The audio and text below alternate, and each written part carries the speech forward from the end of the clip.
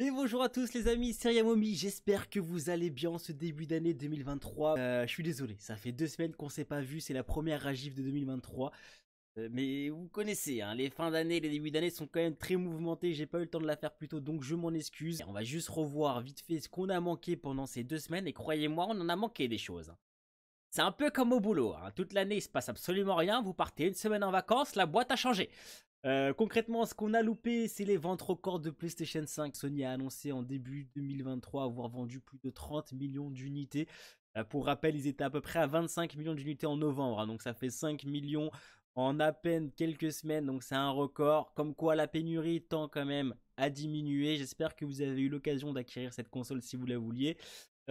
Mauvaise nouvelle du côté de Super Mario Bros. The Movie, hein. La sortie en France a été repoussée, initialement prévue le 29 mars 2023. Ce sera finalement le 5 avril 2023 que nous pourrons aller voir le film au cinéma. On a aussi eu des nouvelles d'un projet très original, c'est le Project Leonardo sur PlayStation 5. Le projet consiste en un kit d'accessibilité pour les personnes en situation de handicap afin qu'elles puissent profiter elles aussi pleinement des consoles et des jeux vidéo. Et finalement, je vais pas m'étaler sur le sujet, beaucoup l'ont fait, beaucoup ont profité de ce buzz pour essayer de faire des vidéos. Vous me connaissez, hein. Je suis pas du tout dans ce style-là, mais on va quand même juste un petit mot PS5 vertical horizontal, le grand débat comme quoi ça... Foutaise, voilà, ça a été démenti, le mec qui a lancé la rumeur a reconnu s'être trompé, il avait je pense pas imaginé l'ampleur de sa bêtise, en tout cas voilà. Si votre PS5 est en position verticale, pas la peine de s'affoler, pas la peine de la mettre en position horizontale, ça n'a aucun rapport, voilà. Si vous voulez, on pourra faire une vidéo récap de ces sujets qu'on n'a pas eu le temps de voir, n'hésitez pas à me le dire en commentaire. En tout cas, concentrons-nous sur le programme de la semaine, vous allez voir, donc on va parler de Black Myth Wukong. On a une date de sortie. On a la liste officielle des jeux de lancement avec le PSVR 2. On a des nouvelles aussi de Life of Pi avec un trailer de gameplay, vous allez le voir. Une énorme mauvaise nouvelle du côté de chez Microsoft avec un licenciement massif. Des mauvaises nouvelles également du côté d'Ubisoft, on va voir tout ça. Et finalement, Forspoken, attention mesdames et messieurs, il sort après-demain, mais si vous voulez l'acheter, vous devriez voir ce qui arrive. Mesdames et messieurs, la Ragive numéro 13, c'est maintenant. Du coup, est-ce que cette image vous parle? Il s'agit tout simplement du roi singe, donc le personnage principal de Black Myth Wukong. Donc ce jeu, c'est un jeu en développement par un studio indépendant chinois, donc c'est un Sekiro-like. Il nous a beaucoup frappé, annoncé en 2020 avec ses différentes vidéos de gameplay, de trailer. Ça a l'air très nerveux, très joli. Et là, on a finalement une date de sortie avec un trailer, vous allez le voir, assez spécial.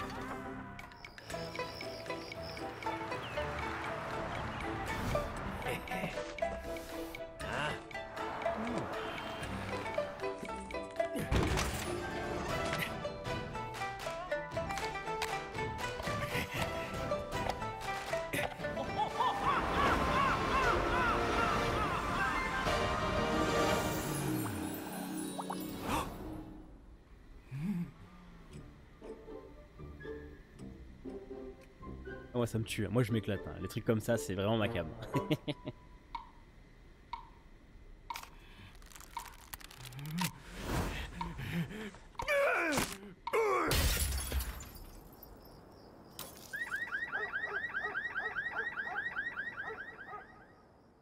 Message d'avertissement à la fin qui est passé, faut pas jeter les objets par la fenêtre.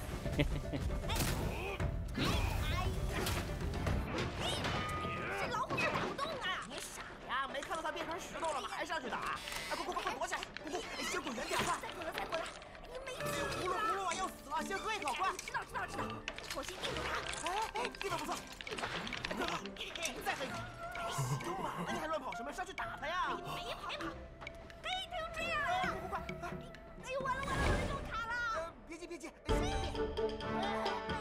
哎，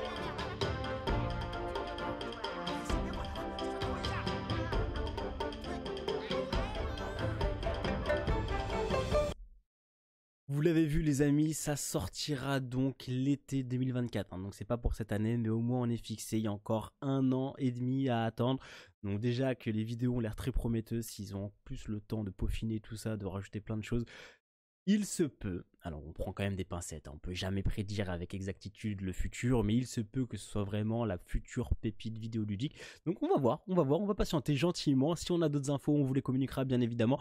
On passe du coup au sujet suivant, c'est la sortie du PSVR 2. Hein, vous savez, ce casque de réalité virtuelle créé par Sony qui sort le 22 février 2023.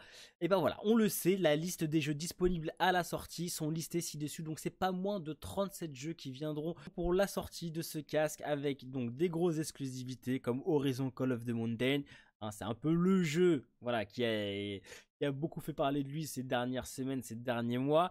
On a Gran Turismo 7 aussi qui sera disponible en VR et puis beaucoup d'autres jeux. Donc alors, je les connais pas tous, pas la peine de me demander ce que j'en pense. Et il y a certains jeux, je sais pas trop ce qu'ils font là. Tetris en VR, je sais pas quel est l'intérêt. Mais bon, j'ai jamais joué à un jeu en VR, donc je sais absolument pas de quoi il en retourne. Si vous avez commandé le casque et que vous aviez un peu peur de ne pas avoir de jeu, vous inquiétez pas, il y a beaucoup de jeux, il n'y a pas beaucoup d'exclus, il n'y a pas beaucoup de nouveautés, mais vous avez de quoi faire et j'espère par contre que le catalogue va s'étoffer au fil des mois, parce que sinon c'est assez maigre quand même. Hein.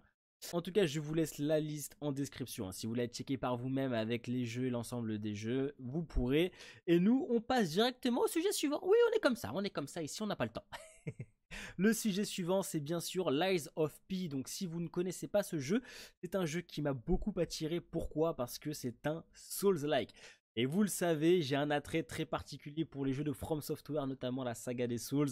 Lies of P, vous allez le voir, c'est un mélange entre Bloodborne, Steel Rising et Dark Souls. Donc on a eu un trailer de gameplay en 8K pour un partenariat avec AMD, leur nouvelle carte graphique. Donc voilà, c'est un petit coup de pub. Hein. Le 8K aujourd'hui, sert pas à grand chose, on va pas se mentir. En tout cas, je vous laisse profiter de la cinématique.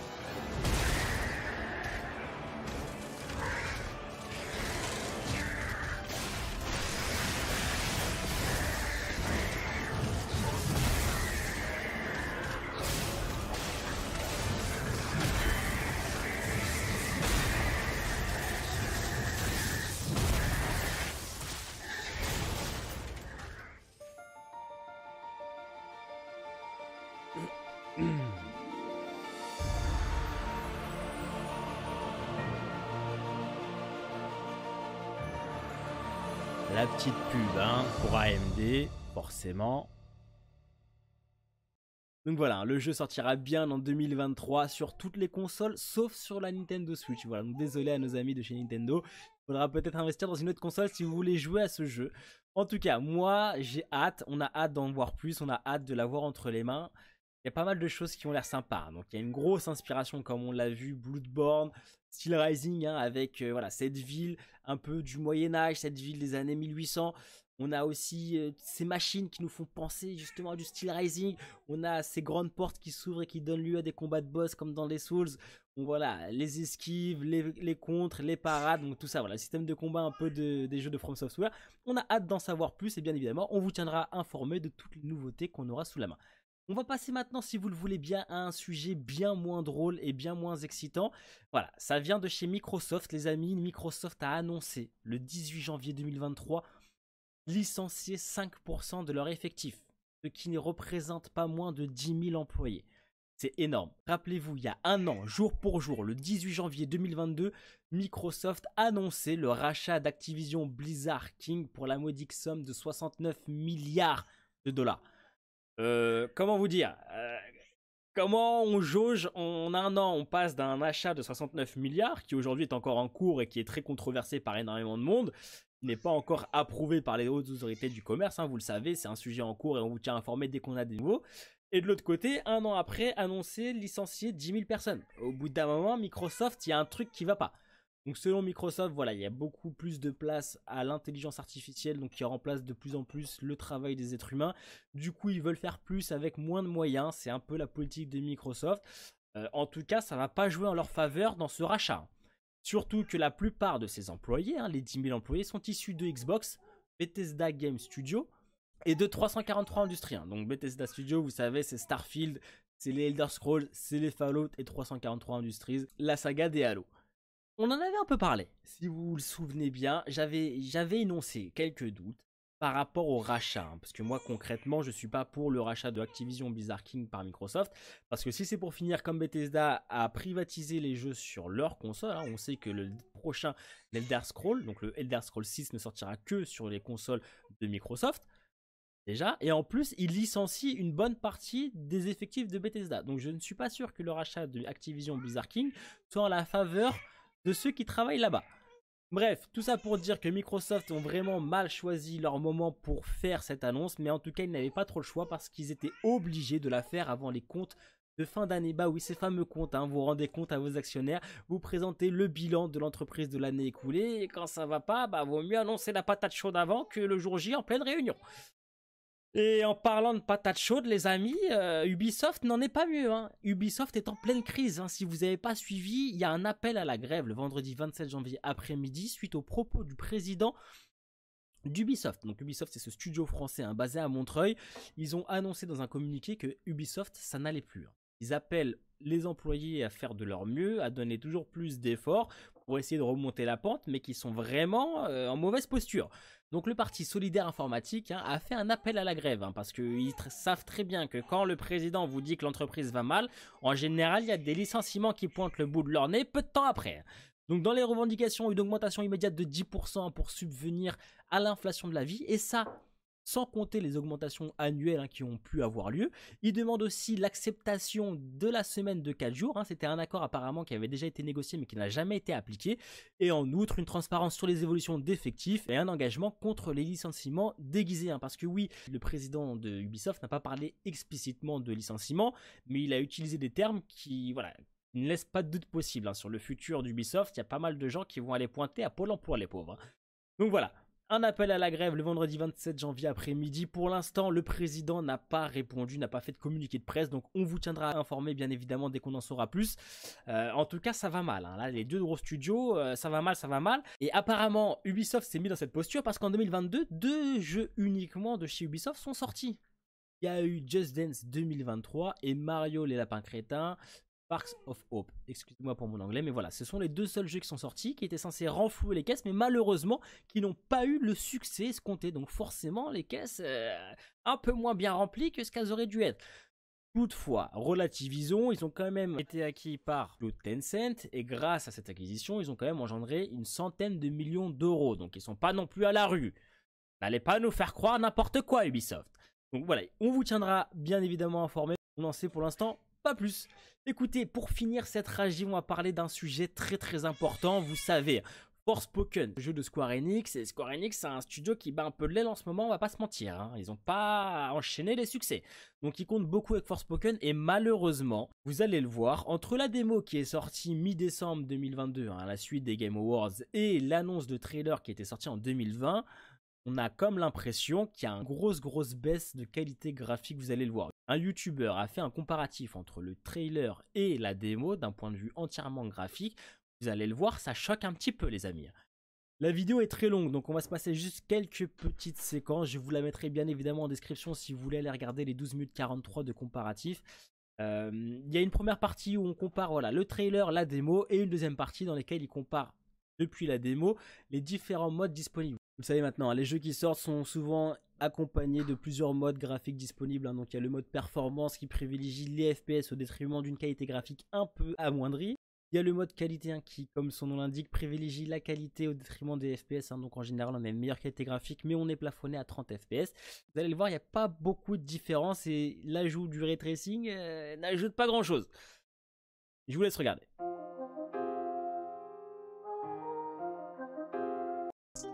Regardez, là dans le trailer par exemple, on voit bien, il y a un peu de jaune, il y a des petites fleurs, il y a de l'herbe, il y a du caillou, il y a des petites branches, il y a des petits, je sais pas, je suis absolument pas paysagiste donc je connais pas du tout les termes techniques, mais voilà, il y a du vert et il y a on voit très bien qu'il y a plusieurs espèces végétales. Quand on retourne dans la démo, c'est beaucoup plus vide. Attention, regardez, on n'a que de l'herbe. Aucune couleur, que de l'herbe, quelques cailloux, ok, pour faire joli, mais sinon c'est toujours la même herbe, il n'y a qu'une espèce végétale. Un détail certes, mais qui fait quand même la différence. Regardez les deux images à côté, ça n'a rien à voir. L'environnement est beaucoup plus fourni dans le trailer que dans la démo. C'est beaucoup plus coloré encore une fois dans le trailer que dans la démo. Ah, les amis, là on le voit, hein, le mode qualité, le mode performance, le mode ray tracing. Alors soit vous avez des bons yeux et moi je vois rien, soit il n'y a pas beaucoup de changements. Pour prendre un peu de recul, si vous le voulez bien, cette vidéo a été faite avec les éléments qu'ils avaient à disposition, c'est-à-dire la démo. La démo, elle est sortie en décembre 2022. Je ne pense pas qu'en un mois et demi, on ait une refonte graphique complète qui nous donne un jeu à hauteur des trailers. Ça, on va pas se mentir, c'est non. En revanche, il y a peut-être eu du progrès, il y a peut-être eu du mieux, donc il y aura peut-être plus de différence entre déjà les différents modes et avec un rendu visuel qui se rapproche un peu plus des trailers que de la démo à laquelle on a joué. Mais surtout, on a vu dans la démo qu'une seule zone. Et Forspoken ne se limite pas qu'à cette zone. Donc peut-être que ce qui a été montré dans la démo ne concerne que la zone de la démo. Peut-être que le rendu est complètement différent dans les autres zones du jeu. On ne sait pas. Pour se prononcer, il faudra attendre d'avoir le jeu en main.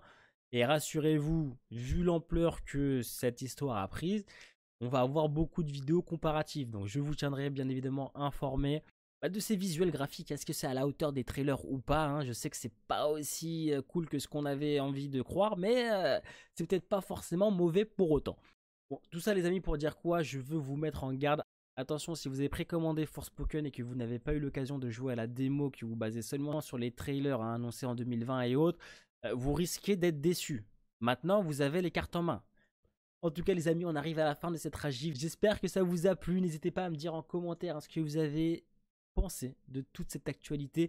Black Myth Wukong, est-ce que ça vous tente ou pas 2024? Qu'avez-vous pensé du trailer? J'adore l'idée du trailer, pour moi c'est génial. Vraiment, pour annoncer une date comme ça, c'était vraiment une super idée. Donc bravo aux studios et aux créateurs qui ont pensé à faire quelque chose comme ça. Le PSVR 2, est-ce que vous l'avez précommandé ou non? Est-ce que la liste des 37 jeux vous paraît suffisante? Est-ce que les jeux vous paraissent assez qualitatifs ou non? Dites-moi ce que vous en pensez.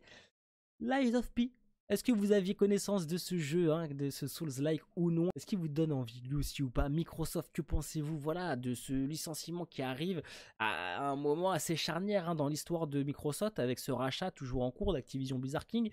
Ubisoft, qu'est-ce que vous pensez du studio, de cet appel à la grève? Dites-moi tout, je veux tout savoir. Et finalement Forspoken, est-ce que vous êtes très inquiet comme je peux l'être, ou est-ce que vous êtes plutôt confiant? Vous avez joué à la démo, vous avez trouvé ça suffisamment beau et que du coup pour vous ça ne change pas grand chose. Dites-moi tout ça en commentaire les amis. C'était Teriamomi, je vous souhaite un excellent dimanche après-midi et je vous dis à la prochaine. Ciao à tous.